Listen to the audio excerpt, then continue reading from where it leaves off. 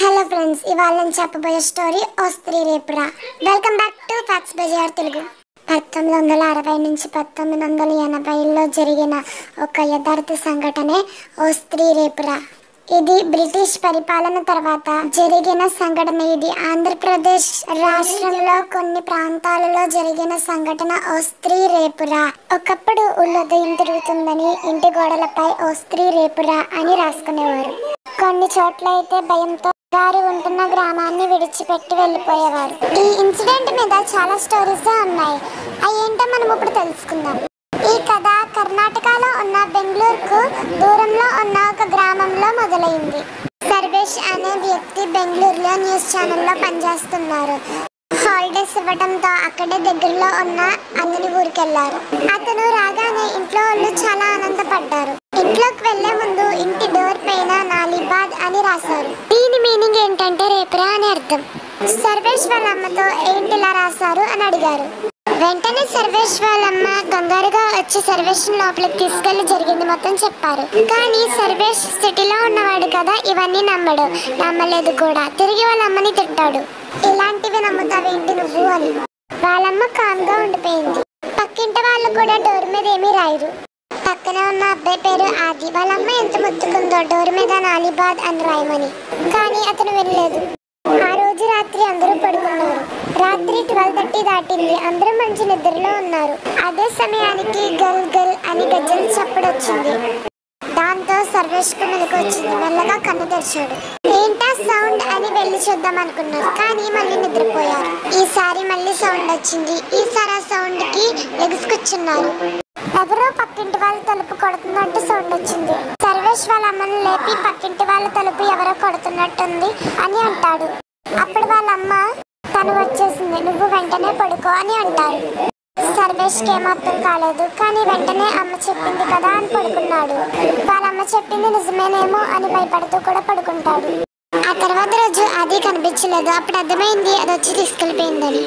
అలా సర్వేష్ అక్కడికి వచ్చిన 5-7 days లోనే చాలా మంది మిస్ అయిపోయారు. అప్పటి నుంచి ఇంటి బయట నాలిబా అని రాయడం మొదలు పెట్టారు. ఈ విషయం సర్వేష్ బెంగళూరుకు వచ్చాక పేపర్లో ఒక ఆర్టికల్ కింద రాసి పబ్లిష్ చేశాడు. అప్పుడు ఈ న్యూస్ బయటకు వచ్చింది. చుట్టూ ఉన్న గ్రామ ప్రజలు చాలా భయపడేవారు. సాయంత్రం 7 అయితే చాలు, బయటకు ఎవరు వచ్చేవారు కాదు. తలుపులు వేసుకొని తర్వాత ఎవరు తలుపు కొట్టినా తెరిచేవారు కాదు. అక్కడ వాళ్ళ నమ్మకం ఏంటంటే నాలిబాని చూసిన దెయ్యం రేపు వస్తుందని, మళ్ళీ రేపు వచ్చి అదే చూసి ఎల్లుండి వస్తుందని.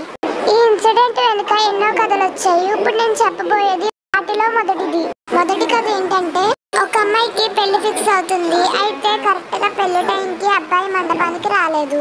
అప్పుడు అర్థమవుతుంది అమ్మాయిని పెళ్లి చేసుకుంటానని చెప్పి మోసం చేసి వేరే అమ్మాయితో వెళ్ళిపోయాడని.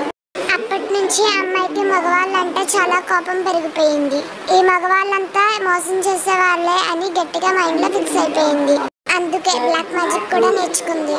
అంతే, అప్పటి నుంచి ఊళ్ళో ఏ మగవాళ్ళు కనిపించినా స్వీట్ వాయిస్ తో పిలిచేది. వెనక్కి తిరిగినా లేదా డోర్ ఓపెన్ చేసినా ఇంకా అబ్బాయి కనిపించేవాడు కాదు. ఊరి చివర చనిపోయి దొరికేవాడు. అందుకే అందరి మగవాళ్ళు సాయంత్రం 7 లోపల పనులు కంప్లీట్ చేసుకుని ఇంటికి వచ్చేసేవారు. డోర్ పైన నాలిబా అని కూడా రాసుకునేవారు. ఆ తర్వాత ఇలాంటి ఇన్సిడెంట్స్ జరగడం కూడా ఆగిపోయాయి. ఇప్పుడు నేను చెప్పబోయేది నెంబర్ 2. అదే ఊర్లో రాములమ్మ అనే ఒక ఆవిడ ఉండేవారు. పెళ్ళైపోయేగా వాళ్ళ ఆయన పని కోసం అని చెప్పి వేరే స్టేట్ కి వెళ్ళిపోయారు. ఈ లోపల ఇక్కడ రాములమ్మ ప్రెగ్నెంట్ అయ్యింది. హస్బెండ్ వేరే ఊర్లో ఉండగా తను ప్రెగ్నెంట్ ఎలా అయిందని చెప్పి ఊరంతా తీశారు. పల్లెటూరు కదా, పైగా పట్టింపులు ఎక్కువ. ఈ విషయాన్ని వాళ్ళ హస్బెండ్ తో చెప్పేస్తారు. దాంతో వాళ్ళ హస్బెండ్ వచ్చి రాములమ్మను అందరి ముందు గట్టిగా కొట్టి ఇంటిలో ఉంచి బయటకు పంపించేశారు. దాంతో రాములమ్మకు చేసేదేమీ లేక ఒక అడవిలోకి వెళ్తుంది. ఆ అడవిలో ఉన్న చిన్న చిన్న జంతువుల్ని చంపి తినేది. అలా కొన్ని నెలల తర్వాత ఒక బిడ్డకు జన్మనిచ్చింది. కానీ ఆ బిడ్డ చనిపోయింది. దాంతో రాములమ్మ తట్టుకోలేకపోయింది. ఇదంతా ఊరి వాళ్ళ వల్ల జరిగిందని మైండ్ లో గట్టిగా ఫిక్స్ అయింది. దాంతో ఫస్ట్ ఊరి పెద్దని చంపేస్తుంది. అలా ఊరి వాళ్ళందరినీ ఒక్కొక్కరిగా చంపుతుంది. అందరూ రివెంజ్ తీర్చుకుంటుంది అని అనుకోవడం ప్రారంభించారు. అసలు ఆ స్త్రీ ఎవరు, ఏంటి, అసలు ఆమెను కాదేంటి అని ఎవరు పర్టికులర్ గా చెప్పేవారు కాదు.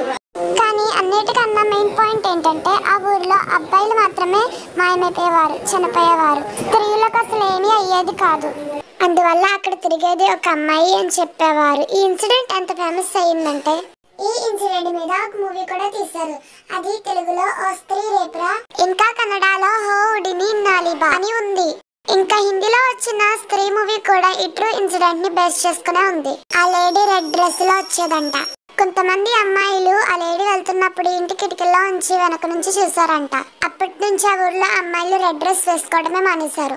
మళ్ళీ ఆ లేడీ ఆ అమ్మాయిలే అని ఊర్లో వాళ్ళు అనుకుంటారని చెప్పి ఈ ఇన్సిడెంట్ ని కొంతమంది నిజమంటారు, ఇంకొంతమంది ఫేక్ అని అంటారు. కానీ ఎవరికి తెలుసు, ఒకవేళ ఇది ఫేక్ అయితే డెఫినెట్లీ ఇంత పాపులర్ అయితే అవ్వదు.